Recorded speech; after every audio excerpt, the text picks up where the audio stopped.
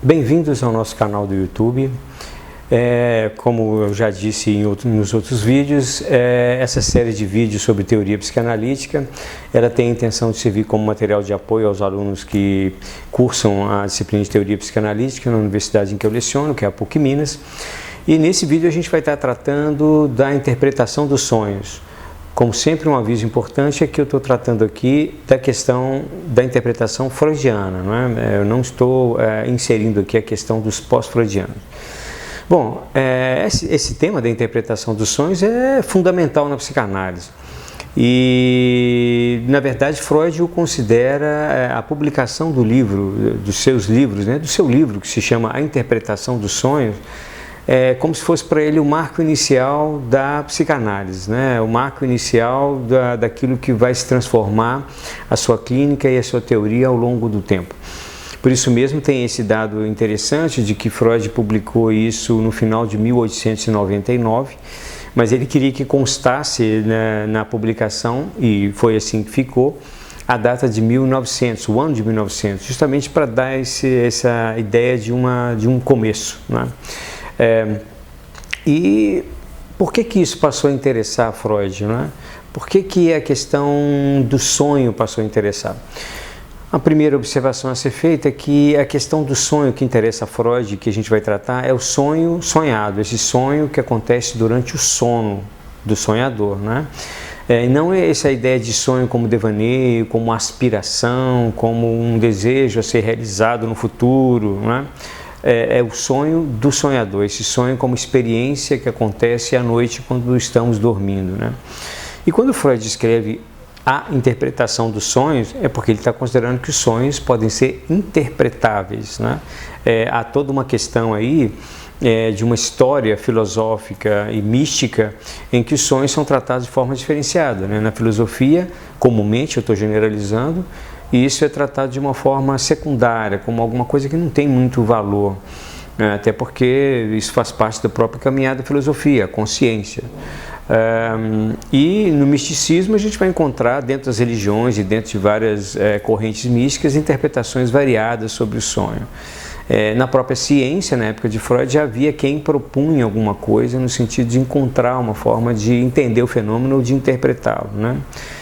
Mas existe uma diferença aí para Freud, que é fundamental, e que é o que a gente vai trabalhar nesse vídeo, em relação aos seus predecessores, fundamentalmente porque ele vai considerar alguns aspectos que vão produzir uma possibilidade de interpretação dentro de uma determinada teoria.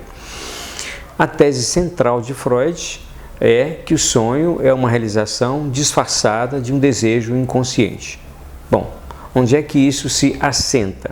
Então, lembrando os vídeos anteriores em que a gente já trabalhou a questão do aparelho psíquico, segundo a concepção freudiana, a gente vai lembrar que a questão da pulsão, da moção pulsional que visa um objeto, aparece como um desejo.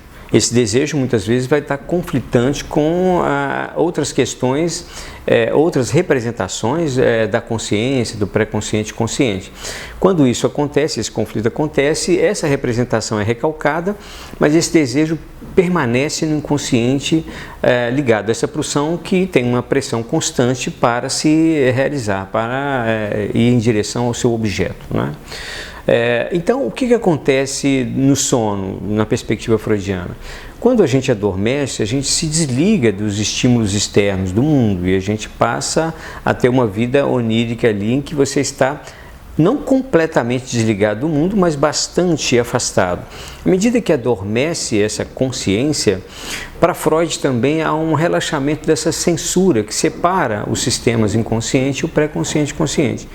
Esse relaxamento dessa barreira de censura, dessa defesa, que é a defesa que a gente faz contra o desejo inconsciente quando ele é conflitivo, dessa forma que a gente acabou de falar, esse relaxamento faz com que algumas coisas possam passar por essa barreira de alguma forma.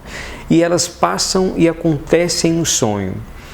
Só que quando a gente acorda e lembra do sonho e tenta colocá-lo numa narrativa, falar dele, o que está acontecendo é que justamente...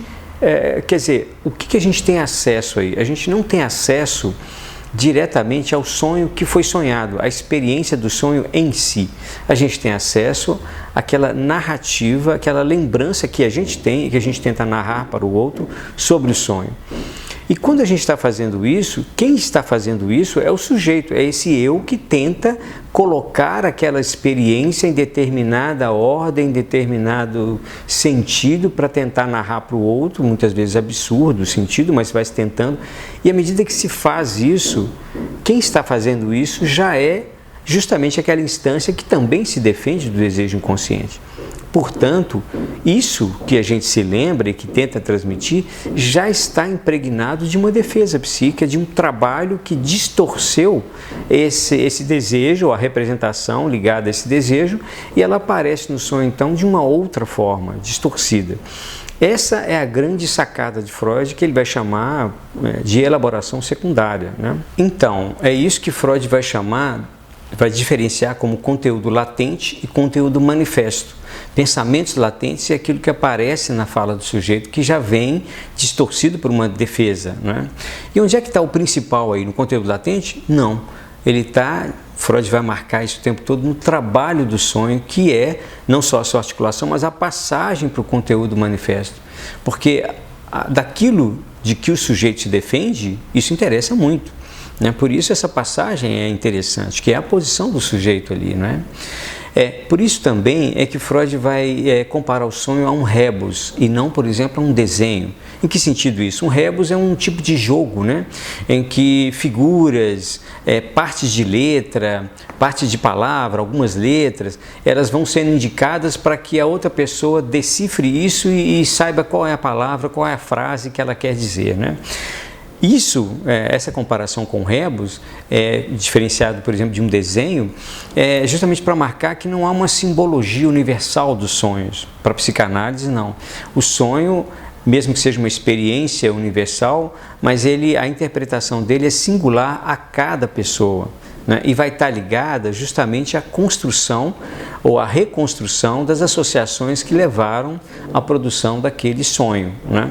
E isso se dá comumente na análise. Que mecanismos são, por exemplo, que Freud cita como importantes na formação de um sonho ou que são presentes no sonho?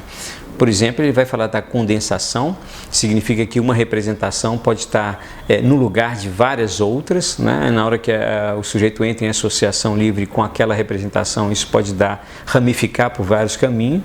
O deslocamento, em que ele vai falar sobre a transferência de intensidade de uma determinada representação para outra, né? Então, um detalhe do sonho que o sujeito nem dá muita importância na hora de falar, pode ser justamente o ponto principal, porque é ali. Por que ele está dando pouca importância? Muitas vezes justamente porque a defesa já atuou. Então ele diminui a intensidade da importância e coloca o foco em outro lugar, né? E uma outra coisa interessante que é a figurabilidade, ou a condição de figuração, que é o fato de que o sonho coloca normalmente em imagens vários tipos de representações diferentes que a gente pode experimentar durante o dia. Então alguma coisa ouvida pode aparecer no sonho como uma imagem ou uma articulação de imagens, né? Um pensamento que se teve pode aparecer como uma fala de alguém ou como uma outra imagem, uma articulação dos dois. Então essa condição de figurabilidade também é bastante interessante.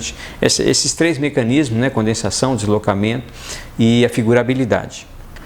A marca para Freud em relação a isso, e que ele deixa na história como uma grande marca da intuição desse processo de elaboração secundária, porque na verdade ele já vinha coletando esse material à medida que os próprios pacientes, à medida que entravam em associação livre, eles traziam também lembranças do sonho, traziam sonhos, né? Então Freud foi percebendo que aquelas associações eram muito interessantes, que poderiam levar a determinados caminhos ligados justamente à produção do sintoma, aquilo que é inconsciente. E a marca histórica que eu estava me referindo antes é o que Freud chamou do sonho da injeção de Irma, né? Então é um sonho do próprio Freud, e isso é um detalhe muito interessante, no grande livro A Interpretação dos Sonhos, tem sonhos de pacientes, sonhos que ele coletou de pessoas que também relataram para ele e sonhos do próprio Freud, né? Ele mesmo coloca ali seus sonhos e os analisa até o ponto em que é possível também não expor completamente alguma questão constrangedora.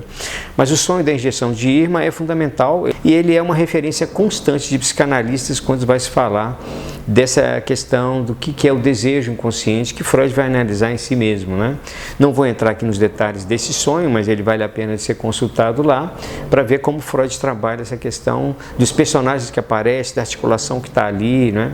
É bastante interessante. Como se forma um sonho para Freud? Aí eu vou resumir bastante aqui alguma coisa que é interessante. O sonho é formado comumente por aquilo que Freud chama de restos diurnos, ou seja, fatos, acontecimentos, pensamentos, afetos do mesmo dia, experimentados pelo mesmo dia pelo sonhador, aquele que sonha, né? Ou no dia anterior, são coisas recentes. Geralmente são elementos recentes, né? Quando a gente se atenta aos elementos de um sonho, a gente pode perceber como que alguma coisa estava presente recentemente, em termos daquilo que aparece. Mas a articulação desses elementos e aquilo que ele leva está articulado de acordo com esse desejo inconsciente, né? Então, um desejo inconsciente, voltando à questão do aparelho psíquico, atravessa a barreira, se liga a esses elementos da memória recente e os articula dentro de uma determinada questão relativa ao desejo inconsciente. Isso não pode ser entendido como um desejo direto, mas é sempre alguma coisa que está distorcida. Uma posição desse sujeito, um desejo em relação ao outro, um desejo em relação a várias questões, né? E o que a análise faz com isso? A análise vai trabalhar como qualquer material através da associação livre.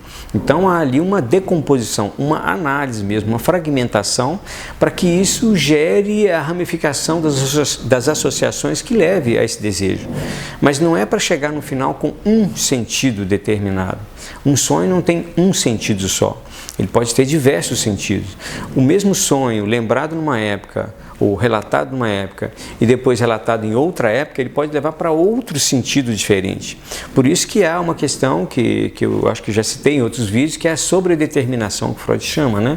Essa intrincada rede de representações que compõe a vida psíquica e, fundamentalmente, o sistema inconsciente. Então, o que a análise faz é isso, é uma decomposição, uma fragmentação que vai levar ao surgimento de novos sentidos ou outras significações ou outras questões que possam estar no caminho dessa análise em direção ao trabalho sobre o sintoma. E aí tem uma questão muito interessante que Freud chama do umbigo do sonho. É uma expressão que também está lá nesse livro da Interpretação dos Sonhos, né? Que é justamente aquele ponto onde as associações não andam mais, o sujeito não tem o que dizer a partir de um determinado ponto, né?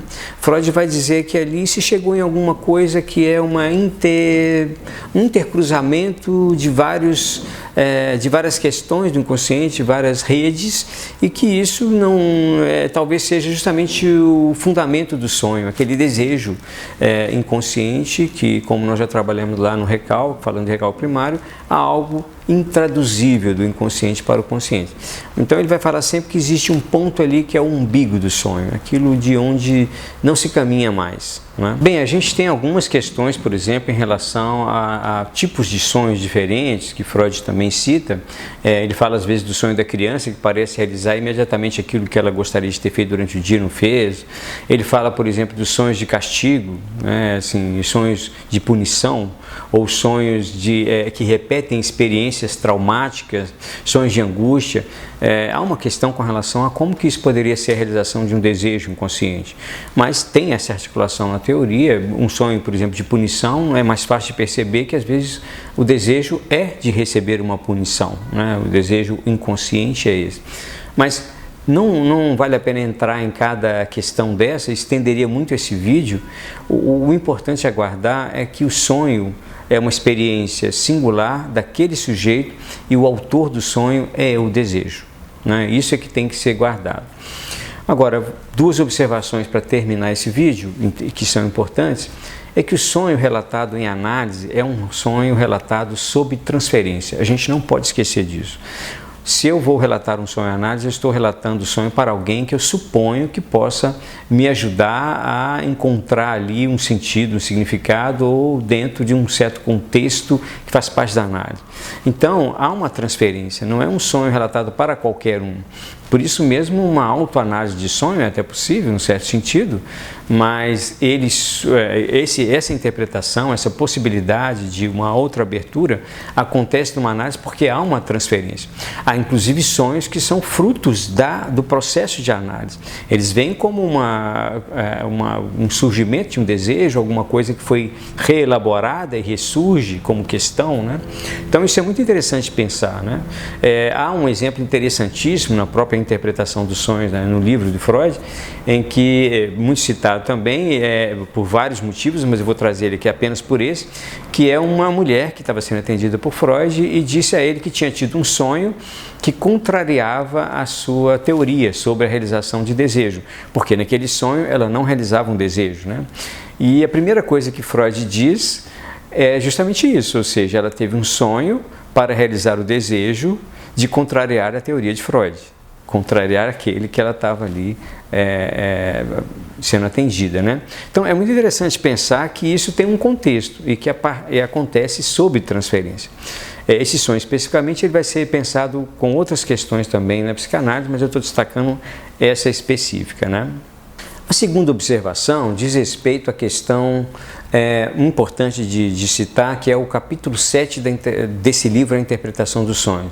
Esse capítulo é muito retomado pelos psicanalistas, pela produção psicanalítica, porque ali Freud apresenta pela primeira vez a sua concepção do aparelho psíquico de uma forma um pouco mais sistemática, com o inconsciente, o pré-consciente, o consciente, a ideia de recalque. Vários outros conceitos vão aparecer nesse capítulo 7 da Interpretação dos Sonhos, que se chama a Psicologia dos Processos Oníricos, né? É bastante interessante a referência e ali se pode perceber mesmo a primeira sistematização, a gente poderia dizer assim, daquilo que vai aparecer mais para frente como outros conceitos importantes. Eu vou deixar no final aqui do vídeo, depois que terminar o vídeo, uma pequena bibliografia de algumas obras de Freud, eu estou tratando aqui das obras do Freud, que tratam do sonho ou nas quais o sonho também é muito relevante como um elemento daquela elaboração ou daquele texto. Acho que isso também pode contribuir um pouco. Se você gostou do vídeo, deixe aí seu comentário, faça sugestões e até a próxima.